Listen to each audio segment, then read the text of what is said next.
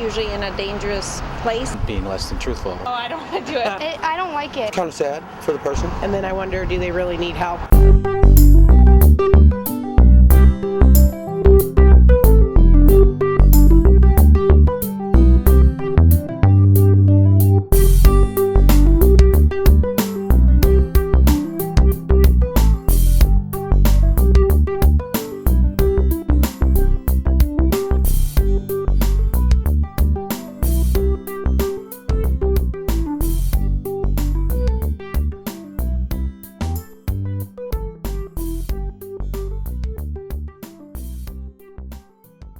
We have the means to bestow on others the most lavish gifts.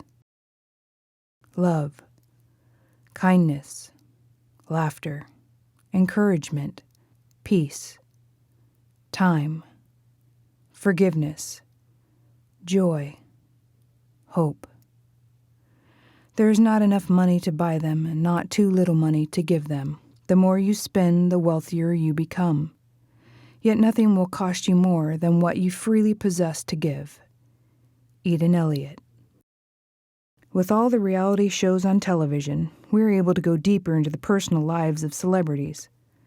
Real housewives, little people, inmates with dogs, and miniature beauty queens.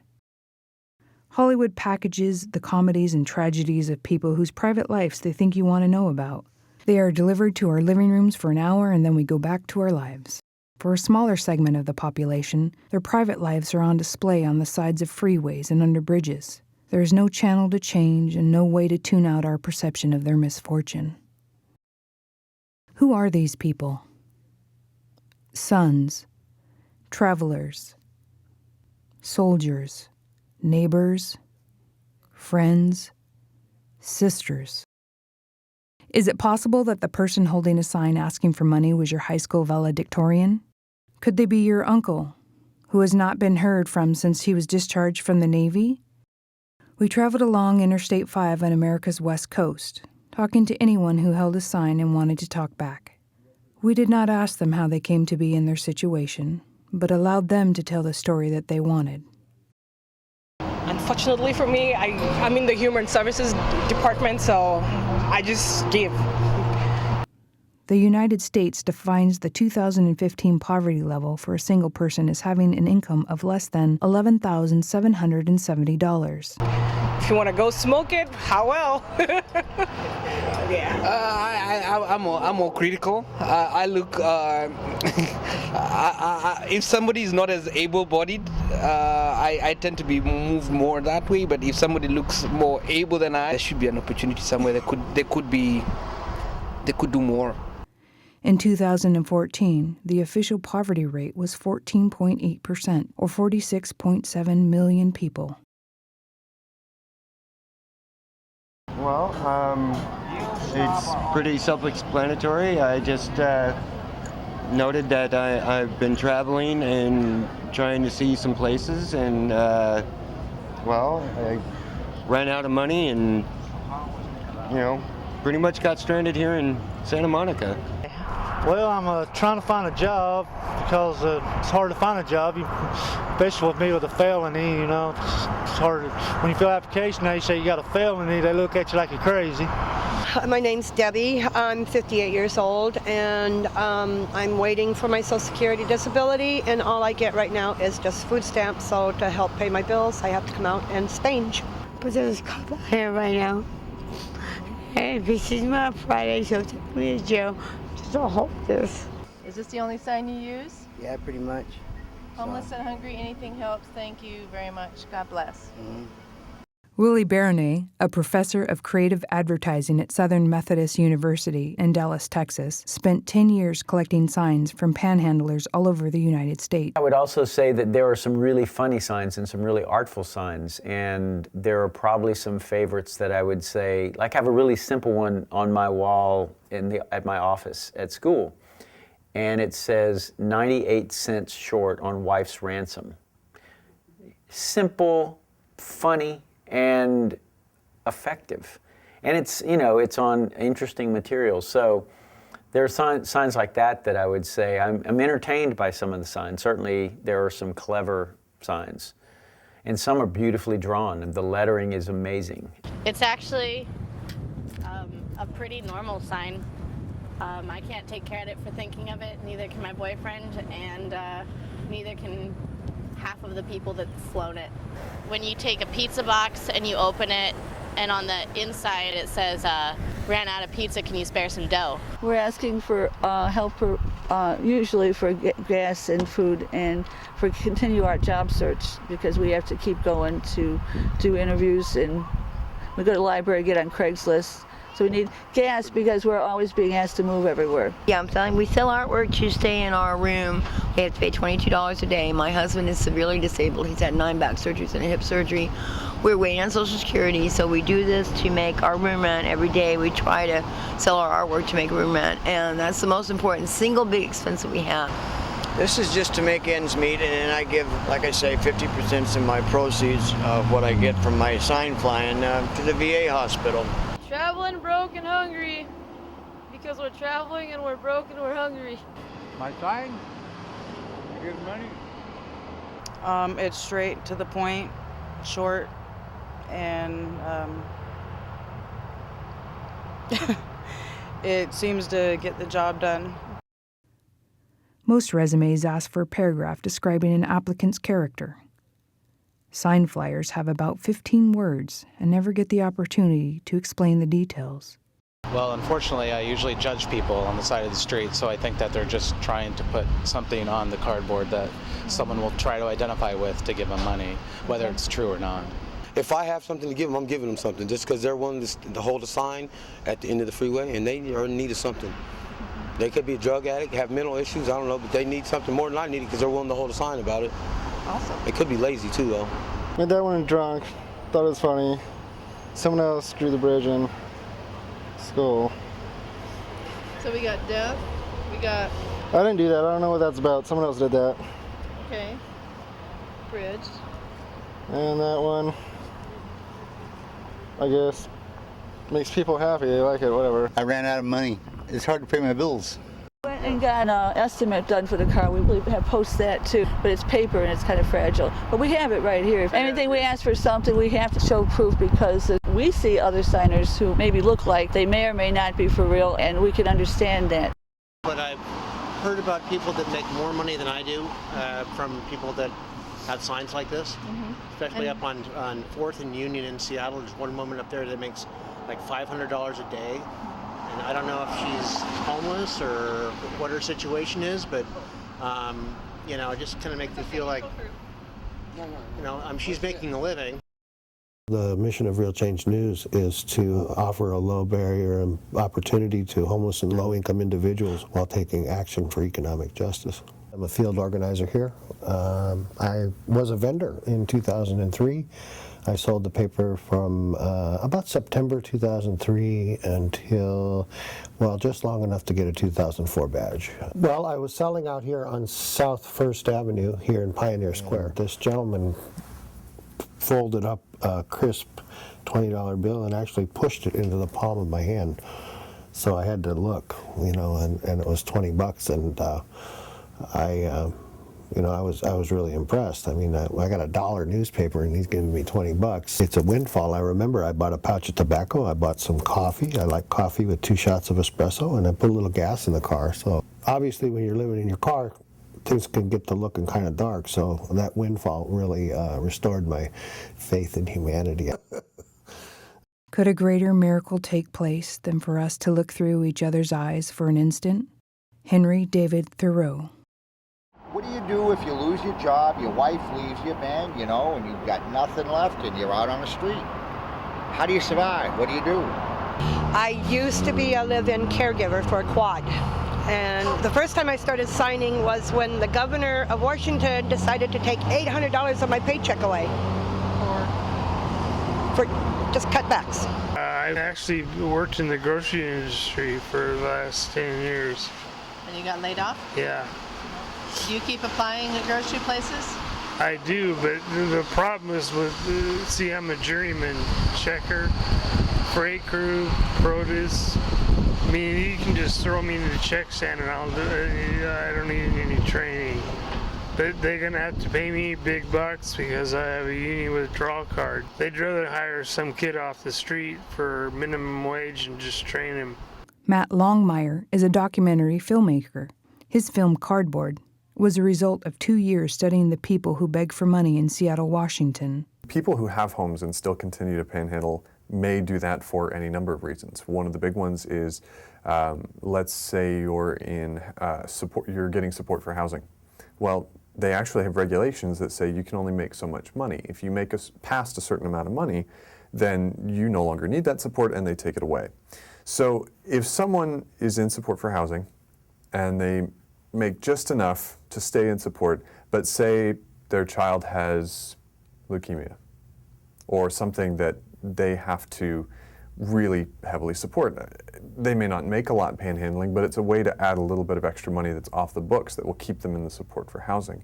And that's not really taking advantage of the system. That's simply saying, well, maybe I don't make quite enough to support my family, but if I make any more, they're going to kick me out, and at that point, I definitely can't afford housing. We have get a small amount of food stamps, and when that's out, we just go to food banks or scramble around on the street. So there is food? Yeah.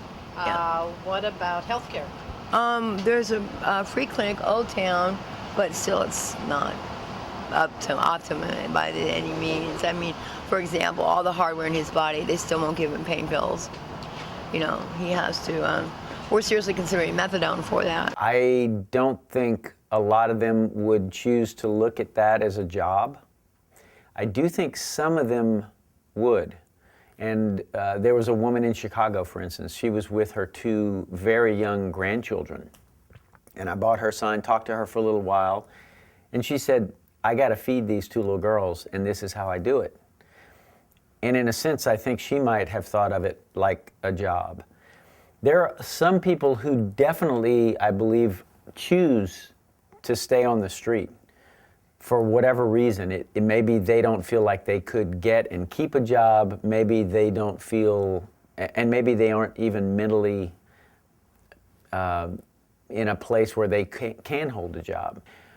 But overall, my sense is not that, hey, this is what I want to do. This sounds like a great way to do it. I bought one sign from one guy. It said, enjoying the dream of traveling. And I think it was really tongue-in-cheek. I don't think that was really his perspective. Buddy is not a typical panhandler, if there is a type.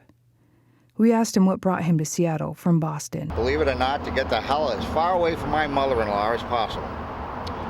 And that's what I did. I came out here to Seattle, Washington, and in 2 months' time, I had my wife and kids out here, and I stayed out here for many years. I did Safeco Field back in 98, I think it was, 99. Well, I'm a roofer by trade, but I also went back to school, and I have extensive studies in network administration. So what are you doing now? Selling Real Change News. Involved in a social justice ministry at Seattle First Presbyterian Church, and we decided to put together an event, and we used the word homelessness in that very first year. I could even see the reaction on people's faces when I told them I work with homeless people. It's like, ooh, like, really? How do you do that? People think drug addict, alcoholic, loser, whatever. There's immediately a derogatory image that comes with that word. The emergency room said, you need to stop coming here. I wanted help and I didn't know how to get help. And a lot of times when I went into the emergency room, they go, well, you don't really need help. You're just a crack addict. You're just an alcoholic. The people who didn't give money could be broken up into 2 categories as well. One, the people who felt like they were being scammed out of their money, and the people who felt like, well, if I give him money, he's going to hurt himself. He's going to go get, heroin or something, and that's not me helping. So it was either I give money because I feel bad for them, or I don't give money, and that led to either because I don't trust them or because I'm afraid they're going to hurt themselves. Why do you think people don't help you out? The choices I made. So they judge you? Yeah. And think, I'm not helping him because... he's put himself there, and they're not sure what they would do, what I would do with the help. And so how do you feel about that? I understand. Well, we agreed that it doesn't he won't get anything if he does that. He looks like a young man who can go out and work and do a job. And we feel like when people look at him, they basically think, well, what the heck is he doing out here? He can go out there and you know, make it just fine. Why should we help him?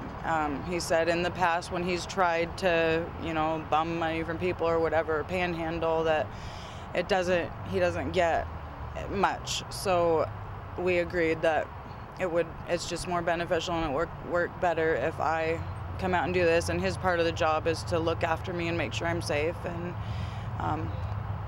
that's that. And it works for you? Mm-hmm. It's working so far? Yep, I never you haven't hold... got enough to fix your car, right? No, and we don't have the tools, and it's like all the people and friends and stuff that we know, like, don't know this stuff about us, so we don't really have anybody to count on or to lean on, because anybody that we used to have wouldn't like who we are now. I had always had an apartment, and I got into deep depression, and my daughter passed away, and I was blown away, and I left my apartment and met people on the street because they seemed to be the people I could talk to. I was constantly at their house, and I didn't know what I was getting into, so they turned me onto crack. I just felt hopeless. I commute on the bus every morning, and there's just a ton of homeless people at the Commerce location downtown, and they just don't have anywhere to go. So it's depressing. The mere fact of living out on the street is damaging to a person's psyche and damaging to a person's self-esteem and sense of self-worth. I can see people that walk in the door and are pretty functional, pretty put together. They may have had some rough times, but they're moving on. You can just tell. They carry themselves differently. And then there's people that we don't turn very many people away from orientation at Real Change News, but there have been people that we've had to turn away. I live in a tent, along with anywhere between 80 to 120 people. Being surrounded by a bunch of homeless people, for the most part, are usually to a degree desperate people. I've never had any problems. Right now I'm living in a tent behind Fred Meyer, and I've been there 2 years. I was married, and my kids grew up and kind of moved out. My wife and I divorced, and so she got the house. I had a beautiful home out on Lake Whatcom, and so here I am. And so how far up the road do you want to try to go? Well, my house is, I live in Tennessee, so it's like 2,500 miles. So would a tank of gas help? Well, a little bit. It'll get me halfway out of the state. My name is Patrick Eugene McCormick, and my sign is kidney failure has me broken living in my van. Even a penny will help. I lost my kidneys due to a farming accident when I was 17. A wall fell on me and I got buried by 60,000 bushels of corn. 40 years later, they both died. I became homeless. I was a contractor in Montana for 35 years, built 300 houses. Now I don't live in one. Many people we met did not put sign flying in the same category as a regular job. Sometimes I ask my question, what if I was going through that? You know, what they were going through and what situation brought them to that, where they had to, go on the corners, on the streets, and beg for money. Try camping out in the city, where you're surrounded by the most vicious animals that ever walked the planet Earth. The ones that walk on two legs. I have some people that help me at least once a week, sometimes twice a week, and they're very kind. I try not to ask them every single day, but... This is Morgan Hill. In this town, if you need help, all you gotta do is ask for it and people will help you. And in fact, you can go to any church in this town and they'll feed you, give you anything you need. We're here on the corner of Burger King and the Shell Station, and 2 or 3 people a day go to Burger King and bring me food. Sleeping rooms, bathroom down the hall. With us, it's normally you pay by the month. There's a lot of Social Security people in there. They saw what was going on with us, and they actually were one of the nicer people to us and let us move in because they saw what was going on with Bruce. He was so sick. And they said, okay, we'll give you a chance. And the rent prorates to $22 a day. And they let us pay the monthly rent, which you're supposed to pay at the beginning of the month. They let us pay it every day. Some days are better than others. Like Thursday's a pretty good day. You might go an hour and not get anything, and then you never know, somebody might give you a 20 or something. You never know what's going to happen. It's kind of like gambling. You hit or you miss. You know, you never know what somebody's gonna do 1 minute from the next. I'm not ashamed of myself. I'm not embarrassed like I thought I would be. A lot of people that I've encountered seem to, they have heart, you know, but a lot of people just pass by you and they'll avoid looking at you at all costs. They'll stop the car 20 feet back just so they don't have to be near you. Like I'm gonna jump on their car or something, and they know they're doing something wrong by not helping, or they're trying not to look at me because they're hurting for me, but they don't want maybe who they're with to know that, or they don't want to admit it, or they're in denial that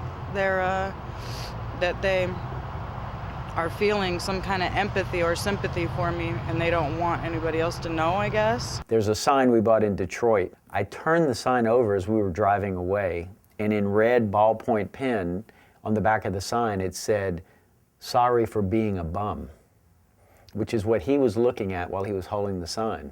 I'm not naive enough to think that giving them money is the answer for that. I believe that for a lot of them, it's really about changing the messages that they tell themselves. And that, of course, I think for me, that's a big awareness about a lot of these folks. I do think by simply seeing them and smiling and acknowledging that they exist, there is a piece of that I think is part of building that foundation.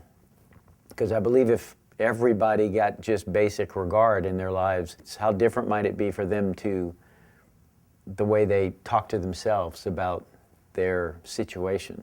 Sometimes, I don't know what my gut reaction would be.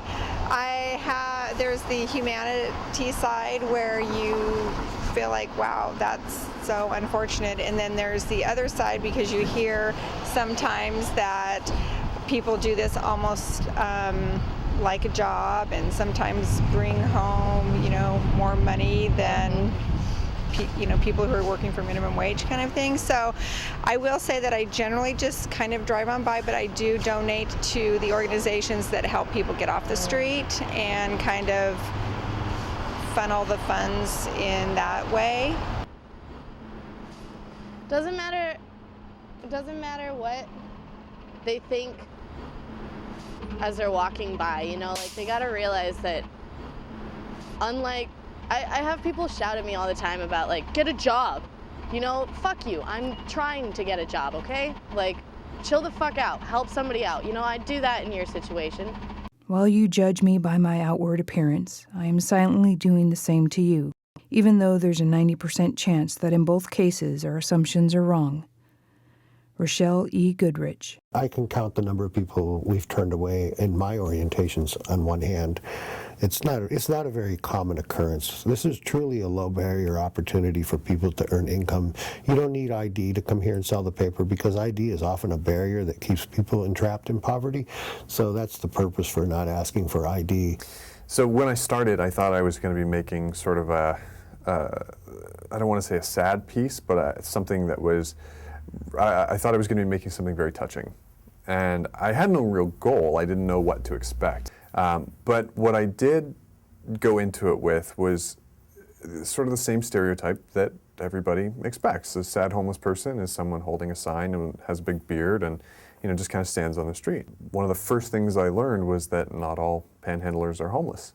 And that just kind of, it's a very simple thought, but it kind of changed the way I started to look at things. I started to realize, oh, well, maybe everything I assume is incorrect. And from that point on, it became a mission to debunk as many myths as I could. Well, I finally come up to some drastic conclusions. I'm never going to rent another apartment again. I'm all done with that apartment living. As far as a job goes, it's questionable. I mean, I got where I'm at because of a job. You know, they give it to you, they take it. You got to start all over again. Screw all that crap. I mean, at 53, how many more chances do you get? So I'm seriously thinking about buying some property, or getting an RV, or something that I can live in, that I can call home for a while, for as long as I need to, and to start up something that could be profitable. maybe when I kick the can, my kids, I'll leave it to them. Something that can obviously benefit myself and other people. That's really the only way to go. Have the cops hassled you? Oh yeah, all the time. What do they say? Just call me worthless, look at my sign, say, when I say homeless and hungry, they say homeless and need a dope hit. They're like, that's what you should say instead of saying homeless and hungry. We know what you're out here for. Just all a bunch of stuff, you know. If I could do something else that I would, you know, but I don't really have a whole lot of options anymore. I guess I've had enough chances. Yeah, but I'm also a convicted felon that's covered in tattoos and fucking has a suspended driver's license, DUI warrant. So if I could like go back and do it differently, I would, but I'm 32 years old and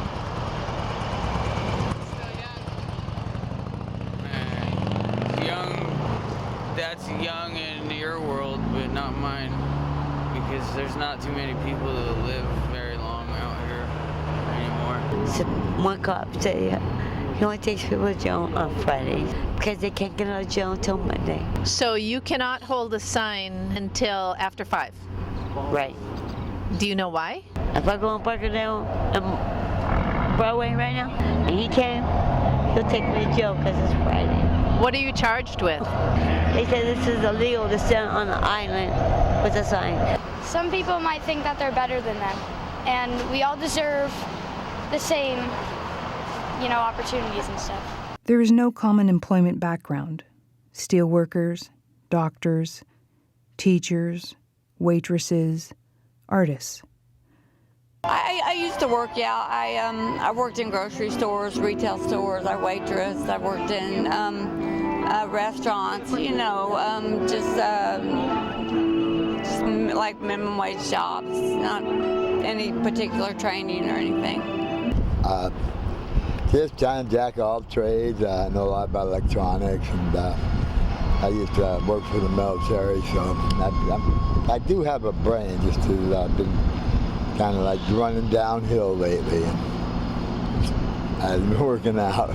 Kind of getting old and handicapped. People don't want to hire you. I used to be I'm a jack of all trades. I can do anything, but I was an equipment operator and a pipe layer, underground utilities.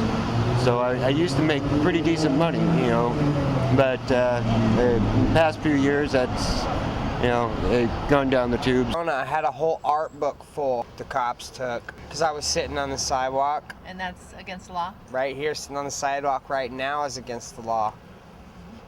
Right so here. We're both breaking the law? Yeah. I'm a tow truck driver for 22 years in Chicago. I had a better job out here that did not work. When we got out here, the job was no longer available, but it would basically put us on the street. Yes, I like helping people. I did that for 22 years and I love it. Right now I am issuing with the Oregon. I got to get their license, and every time that we get a little bit of money ahead, something comes up, the car breaks, the dogs need food, it's just not enough money. I'll come up here to work with a friend, but it didn't work out. I usually paint. If I ain't painting, I'm laying carpet or laying block, about anything I can get. Yes, I was a live-in caregiver for 13 years. I took care of the same man for 13 years, and then he just passed away this January. And I found myself in unemployment, and as I was going out to try to look for work, I was hurting too much, and it was like, how can I take care of somebody else if I can't take care of myself, if I'm in pain myself. I was up by Granite Falls, and one of the trees that we were hanging in snapped and came down, and I dove out of the way, but it didn't land far enough, and the bite got me, hold of me, and about 50 feet to the top of the tree, landed right beside me, landed on my foot, broke my shoulder, broke some ribs. I logged for another, 6 months, and I couldn't do it anymore. Hey, what's your trade? What's your line of work? This, I guess. My trade? Well, when I'm not traveling, I do all sorts of things. I've taught Sunday school. I've been a caretaker for elderly who are no longer capable of taking care of themselves. I've taught a literature class for a summer. I mean, all sorts of things. My actual line of work, I was a teacher. What did you teach? Physics. Kevin's interview was interrupted by a street pastor who said he had a job lead. He also bought him a sandwich and a drink at a nearby restaurant. Plastics for $12.95? Yeah. Up to $25? Yeah. Still with still? Yeah. Huh? Sorry. That's okay. Huh? So where are you going to be next week? Yeah, can you get up? Can you be here next week? Yeah. Huh? Yeah, I thought I had compassion for people, and I did, but I think I even have more now since going through this. There should be some kind of school or something where politicians would have to do this for a certain amount of time in order to get into office. We don't wish the hardship on anyone, but we do wish that people could understand how people walk by us, and you shouldn't be looking at us like we're scum. What do I feel? That they're lying. Okay. That's my first opinion. Everybody? 90% of them. So. You think they're just trying to get into your Yeah, they're just joking. You know, they're not really. Well, they might be homeless, but. But you don't? Do you help I don't ever? think. I do. When? I saw one once said need a beer. Looked like you could use the beer, so flipped them a couple bucks.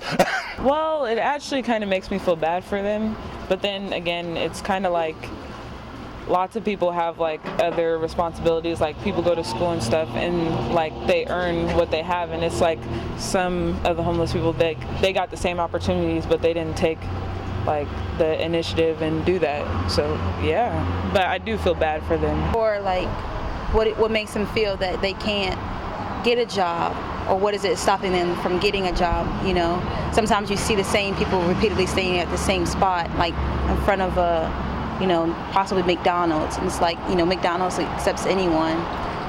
Just a little confused on that, yeah. Whenever I've been down on my luck like that badly and on the street, I found that I don't even look at people. I wouldn't even speak to them.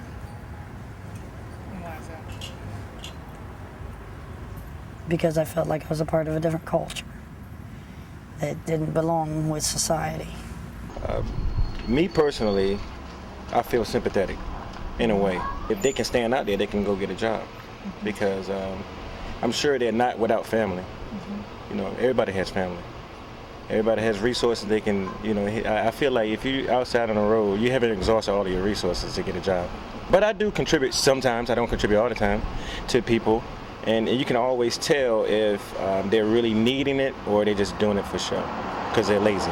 Because if you pass them one time, they're not there, then they come back again, and you see them there. You can see them at another location or something like that. And you can tell by their appearance. Some of them have nice clothes on sometimes. And what does that mean? Nice clothes on? Yeah. Clean clothes. Yeah. I don't know if it was donated to them or not, but they got donated clothes. That means you can go out, and get something else, It's all about aggressiveness and ambition to do, get better. I personally feel people who's homeless haven't exhausted everything. I was in Illinois for a while, and I was in the South for a long time, and I went down to Riverside for a friend of mine's memorial because he got hit by a train in Baltimore. I ran into Torch in San Francisco. I've known Torch for probably about 12 years. We decided to run up north for a while. And you're not going to stay up here for the winter, are you? I don't know. No. I've done it before. And how do you feel about giving them money? I mean, I wouldn't mind giving them money, but some people usually say, I mean, oh, I don't know what they're going to use it for. And really, we don't know what they're going to use it for. But you give them the benefit of the doubt, I guess. So, yeah. Does it matter what they use it for? If they're happy, that's all that matters, I guess, right? Not everyone struggles with drug or alcohol addictions. Government and social services programs often have overlapping prerequisites, rigid protocols, and confusing guidelines. Social Security disability insurance payments are the elusive golden dream of many on the street. She's also my seizure awareness animal. She's got her registration number there, and she'll either sit on my chest and bark and alert, people, basically call someone for help, or she'll go to the nearest person and bark at them and get them to come, She's actually saved my life 3 times in the past 2 years. They said 3 to 5 months, and I got a couple more months yet. But then paperwork? Yeah, pretty much. But then, sometimes it just depends on what your disability is. I'm pretty sure I'll get mine, though, because I have degenerative disc disease in my neck and spine. I have chronic hepatitis C, and I have diabetes. But that don't get you anything for disability, but it might help, Anybody of any age can get Social Security disability if they are truly permanently and totally disabled, and have that certified by one or more physicians, clear reports, evidence that shows that they are permanently and totally disabled. Word of mouth and partial understandings lead applicants through a maze of paperwork, doctors, and decisions. Denial of benefits are common, and the popular belief is that there has been governmental miscalculation or subjective unfairness. In reality, it is a complicated and sterile process. The person who's homeless they can be disabled because they aren't able to access treatment very well by being homeless, to keep appointments, to have insurance, to have money, to remember, to kind of be able to be organized enough to follow through on acceptable treatment. If a person has a mental illness or a physical illness and they're applying for Social Security disability, if there's treatment that would help them and they're not using it, they will not get Social Security disability. They have to do everything possible to get as good as they can in order to prove that it's permanent. The biggest thing holding me back there on my Social Security is I haven't had a steady place since I had my last accident, and so I can't really do what Social Security wants me to do in order to get the Social Security benefits if I don't have a steady place. Get approved for my SSI disability, and once I get my money, buy a brand new Harley. It's not total and permanent disability if they would take medications, if they would be in an addiction treatment program, if they would get in housing, if they develop some friends and relationships and support systems, maybe a little part-time job. Anything like that oftentimes will help a person be less impaired and therefore have less of a disability. I go to Edelman. I have schizophrenia due to depression, and I have a bad leg and a bad hip. So I'm on a lot of medication. Yeah, I stay on the bench. On the bench? On a bench because I have a bad leg and a bad hip and I can't get up off the ground by myself. And Social Security will just, I don't care what's wrong with you, deny you the first time around no matter what.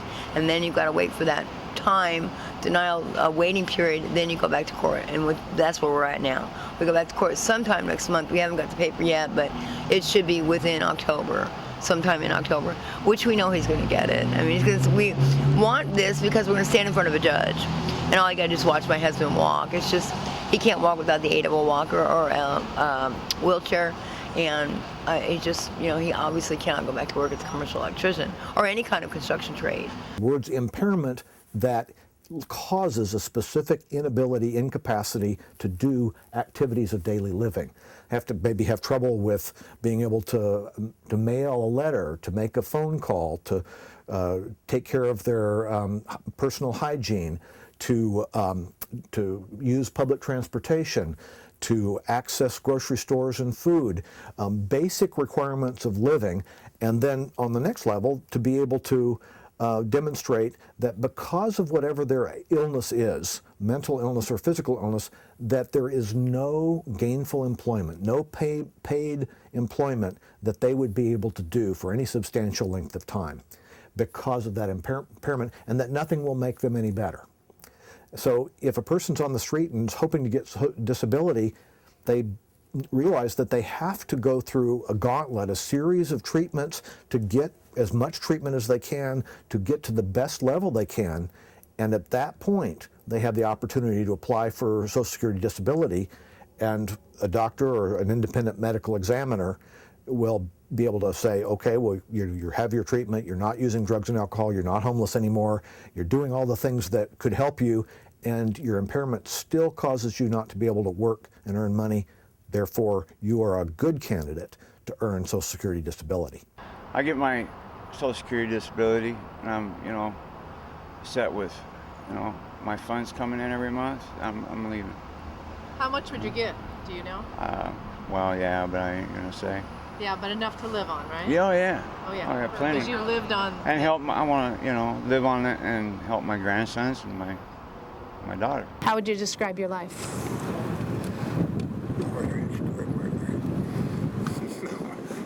Well, I'd say basically, I went to hell and came back. That's the way I can describe it. For a person who has PTSD, post-traumatic stress disorder, to be able to get better, they have to live in a condition of safety. Their whole nervous system is wired for risk and danger, and they can't concentrate or focus or control their anger and emotions if they're constantly in a dangerous environment. It's kind of like the law of the jungle. It's better if you're, overreactive. Now, if you're overreactive like that and you can't tolerate stress and people and you feel like there's risk everywhere and some people are out to get you and hurt you, it might be from a paranoid psychosis also. On the streets, that might be functional.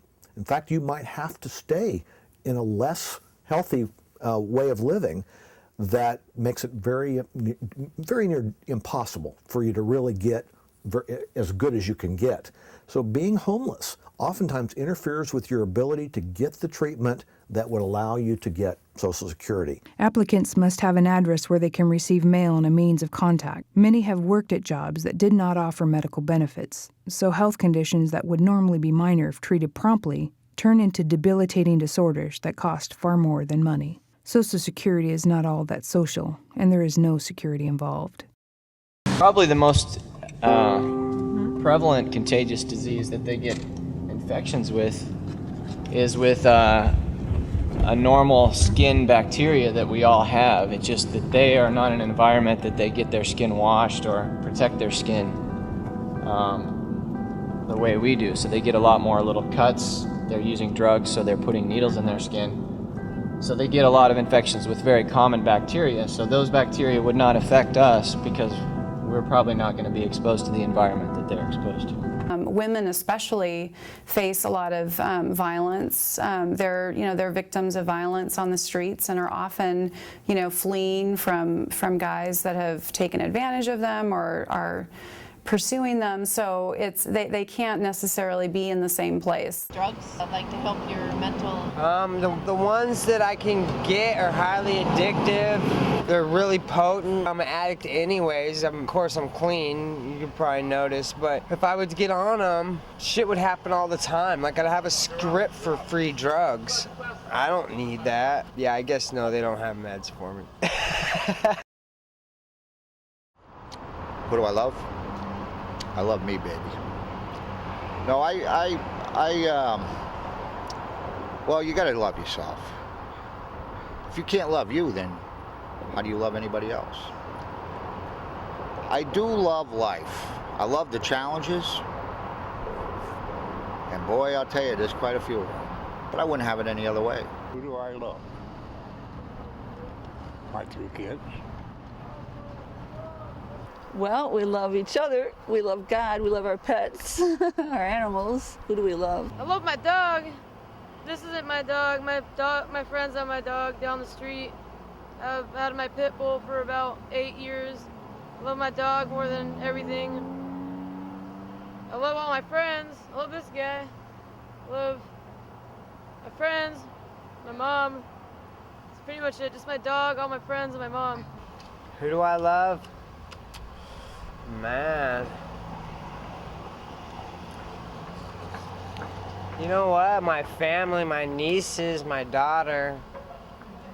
You know what I mean? Myself, God, Mother Nature. I mean, that's pretty much all of them. Who do I love? God. Anyone else? Anyone earthly? Yes, several.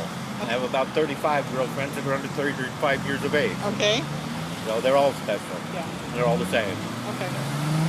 I ain't naming no names. It's okay. I love my husband. Are you serious? I love my husband. I love my kids. I love my grandkids. I love God. I love everybody. No, I right now, first and foremost in my life is my husband. Shane Denham Sievers. And my dad. And my son Liam, who is a beautiful little boy. This planet. Leon Logothetis' Go Be Kind project seeks to pay kindness forward.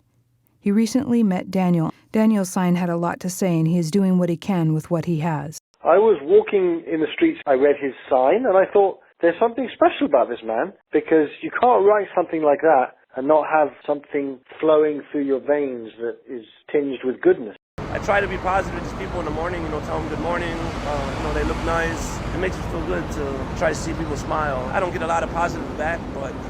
Not to be seen is such a terrible thing, truly. It hurts inside. I got hurt at work one day, and I got prescribed narcotics. Got into pain pills, and it kind of destroyed my life, and ever since then, it was all down from there. I'm recovering from that now. I've been clean for 4 months now. I'm sleeping on the ground right now. I know the workers pretty good, so they kind of watch over me, and so I got a little protection right there. So how does it feel to be disconnected from your family? I'm not gonna lie, but I had my family there, and the drugs pushed me away from my family. I miss them. My brother got 6 kids, my sister has 2 kids, and I miss them. And I had to change my life after that.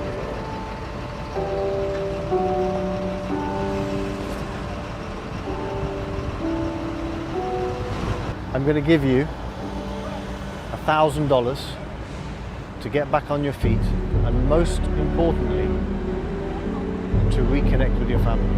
And this is an opportunity. It doesn't mean that everything was going to work itself out. I don't know if it will or it won't. If I don't change, I'm not going to get my family back.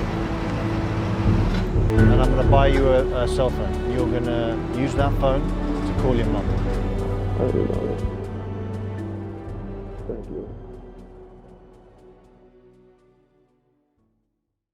If I want to be off the street? Oh yeah. I'm going to win the lotto. Me too. Well, I plan on getting out of here come September, October. I'm history.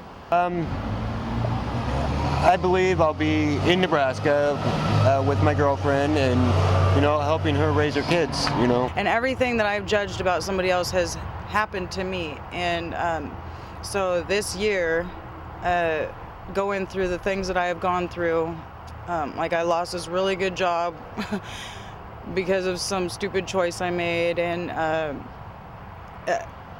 I've learned that it's not my place to judge anybody, and that I'm only here to worry about what I'm doing on this earth and how God is going to view me after I'm done on this earth. So being what I have gone through this year, I don't have to worry about anybody else anymore except for myself and what's going on with me and the people that I care about. And other things that people choose to do, that's their choices, and I don't have to worry about it. I don't have to stress out about it. It's not, it's very freeing. I feel very free. No matter how much people hand out and give you, you have to feel it inside to want to change. But then not always are you healthy enough to know that you want to help. I find that some people, more people than least that I've seen in my time being homeless, they've given up. And I've asked a lot of people why, and they go, nobody cares, nobody cares. I find that that's one of the biggest things that I hear from people. No one cares. And you can't walk to those people and say, well, you should care. You can't care when you're disturbed, mentally ill, emotionally disturbed, drugged out, homeless. You don't have to be on drugs and alcohol to still, your emotions just get all mixed up where you just don't feel anything anymore. That's hopelessness. He left me that tree farm out there, that 80 acres, and I think I'm going to have like 20 acres thinned, and I'm going to have one of those log homes, prefabs built. Probably just go up there and live in it. It's out in the woods still? But Yeah, it's still out in the woods, but it's my own home. Not a tent? Yeah, it's not a tent. Where do you see yourself in a year? Oh, we'll be out of here by then. We should be out of here in the next 6 months, if not before. How? Oh, we'll get our retro check from Social Security. We know we're going to get it. The attorney's relatively certain. And then where are you going to go? Probably back to Santa Monica, California, where we're from. We may go like to Vegas and get a mobile home or something. We'll see. We're certainly going to make the most out of the money. The retro we're looking at is like $16,000, $17,000. Hopefully off the streets and back in society. 5 years. That's a good question. At 68 years, I'd have no idea. Because I'm reading, every once in a while I glance at the obituaries, and more days I find people my age or younger than me passing away. I'll be in Texas for the winter. she's going to Texas. I'll probably go to Texas too, and I don't know. I might go. I probably always end up back in the South because I ride trains and I ride the Sunset Line in the South in the wintertime. So I'll be down there in Texas and Louisiana and all that shit. I see myself in housing, and I'm going to be walking because I'm getting ready to have my surgery. In 5 years, hopefully, I'll be completely out of this. I think we have a lot of time to think because we're standing here holding a sign and to do something with our minds. I think it's because they just don't have. They have a totally different world they came up in. They just don't have they're out of touch with it. $1 million out here, which we don't. Well, that might be true too. They think they were. I don't know if it's just that. There's a thing that people think that you get what you deserve. We must have deserved it. I don't know what it is with them. I think they probably, if they think of it at all, they find ways to justify. They make a career out of this. This is that. I'd much rather be pushing a broom and earning a paycheck than doing this. Who knows? Probably not here because got a little problem with my body. It's kind of eating itself up right now. That's why I'm not able to control my bowels. It's cancer. Are you being treated? Well, my oncologist, they do a little something for you, but I don't have insurance or anything. And, so you have cancer? Oh, that's what they tell me, but I don't know. All I know is it hurts and that I don't feel good, and I'm unable to control my bowels sometimes. What I want people to know about me.